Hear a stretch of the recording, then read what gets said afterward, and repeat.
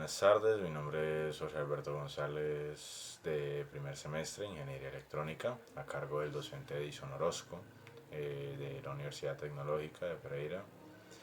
En el siguiente video voy a explicar las conexiones o la lógica detrás de las conexiones del siguiente circuito. Esto es un temporizador variable, me voy a basar en este esquema. Este esquema describe las conexiones del propio circuito. Pero antes de empezar, considero importante describir el funcionamiento del LM555. Este es un temporizador, ¿ok? Este tiene 8 pines diferentes y está construido en una pastilla de silicio recubierto con plástico. Y sus 8 pines es importante conocerlos porque estos son los que van a marcar las conexiones que vamos a realizar. Para poder identificar los pines del 555 nos tenemos que basar en esta marquita. A la izquierda de esta marquita, mirándolo de frente, vamos a encontrar el pin número 1. El pin número 1 es el ground. El ground siempre se realiza su conexión a tierra, es pues, como su nombre lo indica, el pin de tierra. El segundo es el trigger o disparo, es el que inicia el conteo del circuito. El tercero es el output, es el pin de salida, es el que emite una señal de salida. El cuarto es el reset, que en este circuito en particular se va a conectar a positivo para evitar que realice su función. El quinto pin se lee en U, el 555. El quinto pin es el control de voltaje, que en este circuito en particular no se va a emplear. El sexto pin es el threshold, que es un umbral. El séptimo pin es el séptimo pin es el discharge, que en este caso va a ser el que va a descargar el condensador externo que tenemos en el circuito, que va a ser de 100 microfarads. Igual después describo mejor los implementos, los componentes electrónicos. Y el octavo pin es el BCC, el cual siempre se conecta a positivo y es la fuente de, es por donde fluye toda la corriente que alimenta este circuito integrado. Estos son los materiales necesarios para la elaboración del circuito. 3 resistencias de 6.8K, de 1K y de 220 ohmios. Cables. Estos cables están diferenciados por colores, más que nada para poder diferenciar las conexiones a positivo con las conexiones a negativo y las conexiones con el potenciómetro. Un potenciómetro es de 100K. Un LM555 va a poder ser en buenas condiciones. Un LED, un condensador de 100 microfaradios, no sé si se puede apreciar, y un pulsador. Y la protobar, claramente. Bueno, para empezar con el ensamble del circuito, vamos a tomar el 555. Vamos a identificar qué pin es el adecuado. No sé si se puede apreciar bien acá, pero aquí hay una ceñita que es la que nos va a indicar. Aquí hay una ceñita que es la que nos indica el lugar al que tenemos que mirar.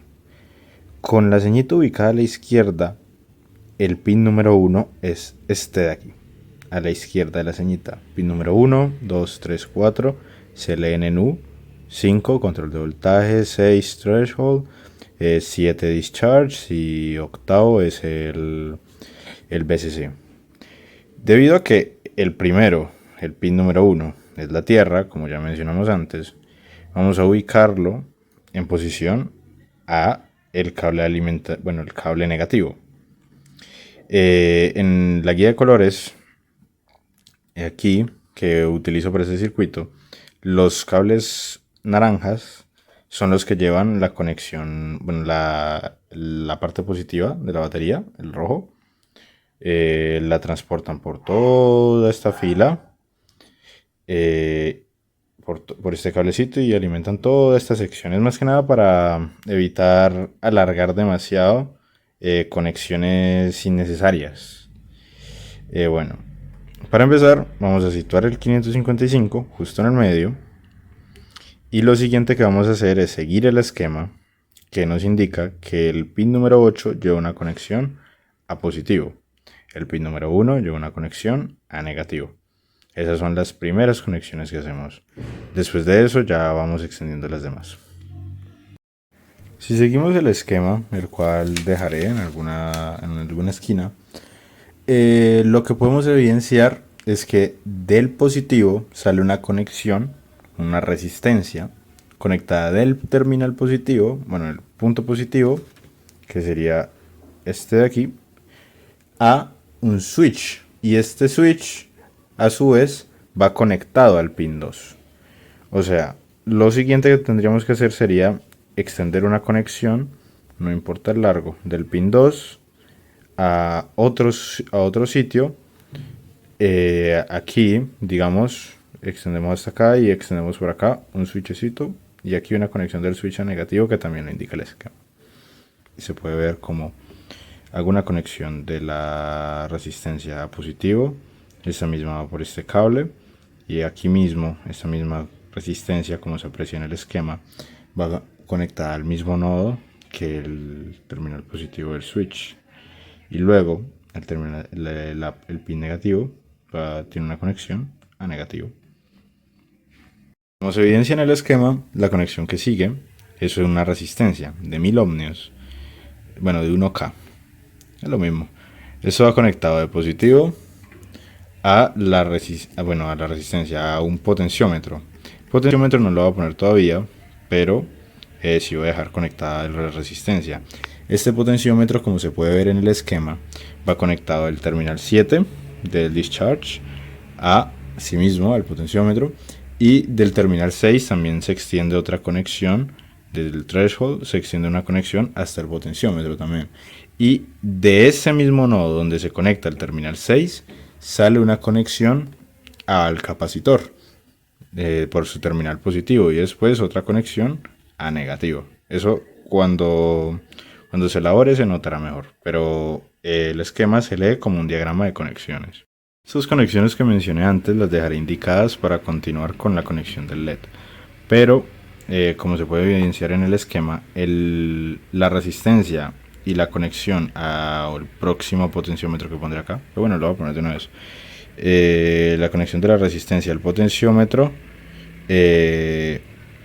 comparte el nodo con la conexión al pin 7. Y a partir de acá, después del pin 6, la conexión con el pin 6 comparte nodo con el potenciómetro y con el positivo del capacitor que se pondrá en esta zona acá. Y el potenciómetro va al revés, por cierto. Y el LED se pondrá en el pin 3, extendiendo una conexión del terminal positivo a una resistencia de 220 ohmios que ya se colocará. Bueno, para la conexión del LED, que ya lo conecté. Para la conexión del LED es importante conocer, es importante saber diferenciar cuál es la patica de polaridad positiva y cuál es la patica de polaridad negativa. La positiva siempre es la más larga. Eso aplica tanto para el LED como para el capacitor. El capacitor, por las dudas, en caso de que usted no se acuerde, en caso de que la patica no sea tan clara como la de este LED, trae una banda aquí que te indica cuál es el pin negativo. Bueno, hacemos la conexión del LED por su patica positiva, de nuevo la más larga, es esta de acá. La conectamos al terminal 3 como marca el esquema. Y esta otra la podemos dejar en cualquier otro sitio. Yo la voy a dejar así, cruzada, porque así no me estorba tanto para poner el capacitor después. Y después extiende uno una conexión de acá a negativo, para que la energía pueda fluir correctamente. Y hacemos lo mismo con el capacitor. Listo, volviendo a conectar el capacitor, recordé que no tengo un cable peinado lo suficientemente corto como para entrar de aquí a acá, así que conecté el capacitor directamente a este bus de acá. Realmente no cambia nada en particular, pero sí es interesante cómo hay diferentes formas, diferentes configuraciones para armar el mismo circuito y sigue funcionando. Todo depende de cómo lo entienda usted. El 4, el reset, va conectado a positivo. El 4 reset lo vamos a conectar a positivo, justo al lado del output. Y si ves, esto no comparten corriente. Como van en fila, el pin número 3, el de la señal de salida, solo tiene conexión con el LED, como lo indica el diagrama. Número 3 solo conecta con el LED. Número 2 conecta con, aquí está, conecta con el switch. Número 1 conecta solo con tierra, que esa es su función, y vamos a realizar la conexión. Mientras voy a explicar el broche. El broche, la partecita hexagonal conecta con la partecita redonda de la batería y es como para indicar la polaridad y listo. Y una vez conectada la batería, encendemos el circuito. Voy a girar el potenciómetro toda a mi izquierda ¿para qué? Para que dure lo menos posible. Mira, cuando lo enciendes, sueltas y apaga de inmediato. Y vas girando el potenciómetro, dejémoslo por ahí a la mitad. Esto lo puedes contabilizar, el tiempo que dura encendido. El tiempo máximo que dura encendido contabilizado me coincide con el del Proteus, que son alrededor de 12, 11 segundos y pico.